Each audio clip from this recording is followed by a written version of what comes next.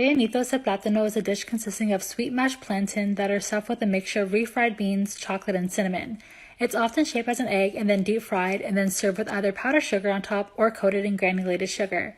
It's a common and very popular dessert in Guatemala since it utilizes the most prevalent foods in Guatemalan culture. Rellenitos are often served year-round since they're very inexpensive and easy to prepare, and they're usually eaten as an afternoon snack or dessert. They're a bit labor-intensive, but in my opinion, it's totally worth it. What I really like most about working on this series is that I'm able to try things I would never think of making for myself. Personally, I really like plátanos and refritos, but I would never think of combining the flavors together like this. Overall, these tasted fantastic, and I would recommend trying these out. Definitely a 10 out of 10. It's a popular rice dish from Saudi Arabia, and it's actually considered the country's national dish.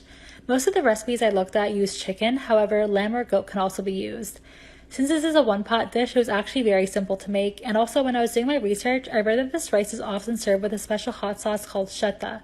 Hopefully I said that right, but if I didn't, just let me know in the comments. But it's actually a really easy hot sauce to make, and I didn't end up filming it, but I actually had it along with the rice, and the flavors together tasted amazing. I ended up topping my rice with some slivered almonds, and honestly this tasted really good. Middle Eastern food is actually one of my all-time favorite cuisines, and I'm really happy to be able to try more of what this region has to offer. 3 parts for this dish: the ugali, which is the cornmeal, the grilled meat, and then the sukuma, which is essentially braised greens with tomatoes. When doing some research on the country, I discovered that Kenya is a multiracial society with the majority of the people comprising of native ethnic groups. The rest of the population, however, is of Asian, Arab, and European backgrounds, and in fact, traditional Kenyan foods reflect the many different lifestyles of the various groups in the country.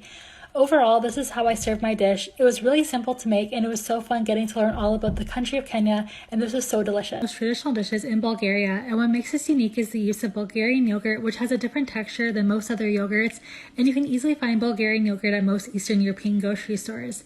Today, there are many variations of this dish in countries such as Turkey, Greece, Albania, Cyprus, and Iran. Also, within Bulgaria, there are many different ways this can be made. I topped mine off with sliced cucumber, chopped walnuts, and more dill. This was the final result, and honestly, I've never tried cold soup before, and I actually really like